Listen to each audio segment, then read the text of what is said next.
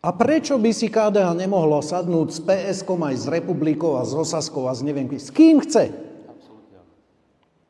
Veď ak chceme presadiť náš program, tak sme si sadli aj so Smerom a rokovali sme s nimi a presadili.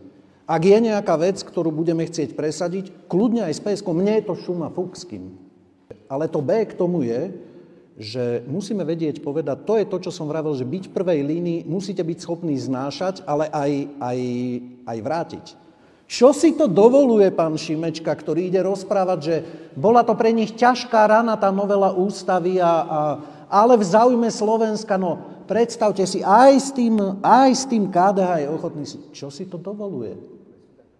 Veď oni také nezmysly rozprávali a klamstva o novele ústavy, ako nás to vyradí z Európy a neviem čo všetko. A teraz sme ešte tu drzosť akože odkazovať, že najskôr akože náranžuje nejakú fotku a teraz hovorí, že no ale my akože ideme presadiť registrované partnerstva, inak ako nič nebude. Nie to prvé je problém, že sadnúť si s niekým a rokovať. S kýmkoľvek, v priamom prenose, kľudne. Áno, idem rokovať s hentým, pretože chcem presadiť toto. No a čo? Ak máme víťaznú mentalitu, budeme rokovať s kýmkoľvek.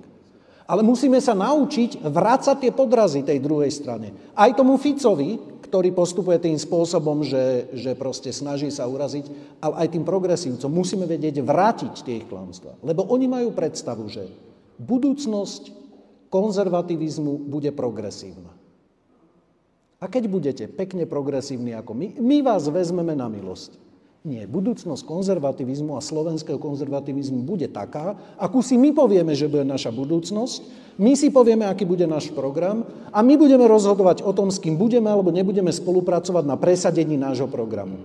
Ale ten základ je, ty si to nazval sebavedomím, ja to volám víťazná mentalita, to je jedno, hovoríme o tom istom, že my rozhodujeme, my konáme, my robíme tie kroky, nie reagujeme.